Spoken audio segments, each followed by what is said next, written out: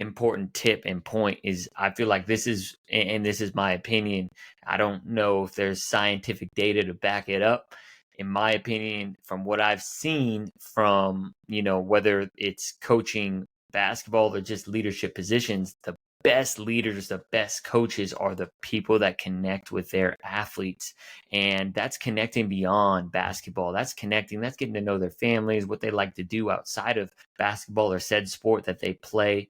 Maybe they play multiple sports. And I think the ability to connect is one of the biggest ways that you can be able to untap their potential, right? I've seen some good quality coaches, some great coaches actually that are very good at X's and O's, and they're pretty good at connecting with athletes. But I feel like if you really want to get the most, squeeze every single drop, you want to motivate athletes, you want to understand, you want to connect. I'm sure you've heard the saying before. If you're listening, you are listening to the Bridging Impact Podcast, transforming leaders on and off the court with host Coach Furtado. Without further ado, let's dive in. Hello, everyone, and welcome back to another episode of the Bridging Impact Podcast. Today's guest is, drumroll please, myself. So I'm flying solo on this episode because, long story short, I am behind on my interviews, and I want to stay consistent. I want to get back to this because I feel I love the podcast because I love, number one, learning from people that have so much great experience, knowledge, and wisdom. And I love passing that along to you all. So today's episode is inspired by someone who reached out to me on Instagram, a Bridging Impact listener, Evan Bennett. So thank you for being a listener, Evan. Yeah, that's right. If you listen, you let me know, I can give you some shout outs. So he reached out. He's a relatively newer coach to the game. Not sure how much experience, but just asked, what piece of advice would you give to me as a newer coach? And so that kind of sparked this idea that, if Evan is wanting to know, then I'm sure there's some other newer coaches out there who want to make an impact on their kids who, I could share a little bit of a piece of advice that I would just give to my younger self. And we'll just roll through. I'm going to do 3 simple kind of tidbits, piece of advice, words of wisdom, however you want to kind of parlay it. And we will begin with arguably, I think, the most important, and that is to be present with the team, the group, the kids you are training. Be present with them in that moment. I think it can be easy to want to dream on and be a college coach or the higher level coach. Maybe you're with 4-year-olds. I've coached 4-year-olds. I've coached 5-year-olds all the way up to 18, right? And so just really recognizing and understanding that the kids that you get to work with, whether it's a 1-hour session, it's a team, that is a blessing, and to give them your full focus. That's one of the best ways to become a better coach. You practice and you become a better coach by being the best coach you can be every single moment. And then number 2, that's learning, right? You want to learn from those experiences and being present. You want to make sure that you are a sponge. You're reaching out to people, whether it's like myself who have 2 or 3 years of experience and I'm still relatively a new coach, or you're listening to a lot of the great people I have on the podcast who are just incredibly knowledgeable, have a ton of wisdom, have a ton of experience.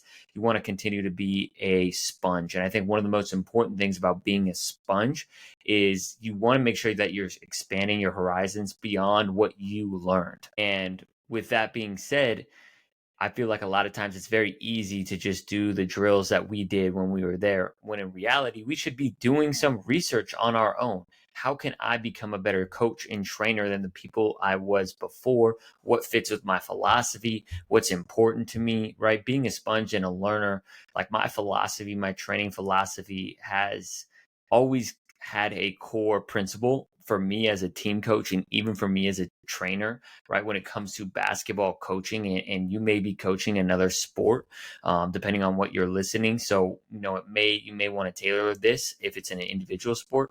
But for me, like, basketball is a very team sport. And that's one thing that I really focus on, whether it's my trainings or my coaching. When I'm training someone, I don't want to just train them on a cone, right? I have learned the importance of, making sure that there's variability in training, giving them different stimuli and making reads, and that's a whole nother episode for another day. Maybe I'll toss that on for a solo episode on what I've been learning later on. But just really expand your horizon. Go listen to there's so many great podcasts out there besides Bridging Impact. There's so many great YouTube channels besides Coach Furtado TV, right? And just make sure that you're being a sponge, whether it's 5 minutes a day that you can learn or 15 minutes a day. Try and expand your horizon beyond just looking at Instagram drills and trying them. Try and learn the nuances, learn the strength and conditioning, the biomechanics, and human movement, right? I'm not going to say I'm an expert, but just trying to be like just have an understanding and try and get a little bit better each day. And my last important tip and point is, I feel like this is my opinion. I don't know if there's scientific data to back it up. In my opinion, from what I've seen from, whether it's coaching basketball or just leadership positions, the best leaders, the best coaches are the people that connect with their athletes. And that's connecting beyond basketball. That's getting to know their families, what they like to do outside of basketball or said sport that they play. Maybe they play multiple sports. And I think the ability to connect is one of the biggest ways that you can be able to untap their potential, right? I've seen some good quality coaches, some great coaches actually that are very good at X's and O's, and they're pretty good at connecting with athletes. But I feel like if you really want to get the most, squeeze every single drop, you want to motivate athletes, you want to understand, you want to connect. I'm sure you've heard the saying before. If you're listening to this podcast, obviously you care about your professional development, your personal development, and they don't care how much you know until they know how much you care. And you have to show you care, right? Action speaks so much louder than words. We know that. However, we have to show that you care. And every single coach is going to do that in their own unique way. I can't tell you how to do that. You have to figure that out on your own. You have to go learn under other great coaches and continue to go and develop from there. So that's my 3 simple pieces of advice. It's number 1, be present with the group you have. Number 2, be a sponge. And number 3,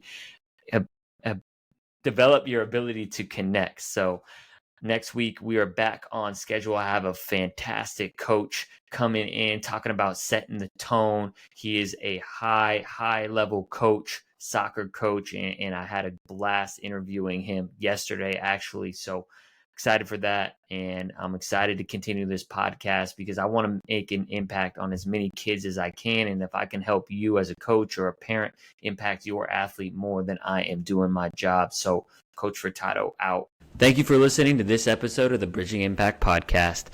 We'd love it if you would like, subscribe, leave a comment and a review on whatever platform you're on. It's the best way to help us grow. We appreciate you for doing that. We'll shout you out on social media. I'd also love if you connected with me on social media. Let me know your thoughts. And this is why I do it. I want to share knowledge and wisdom from experienced leaders to people like yourself and myself so we can have this dialogue and move forward, make an impact on the world. So stay tuned, stay subscribed. Cheers.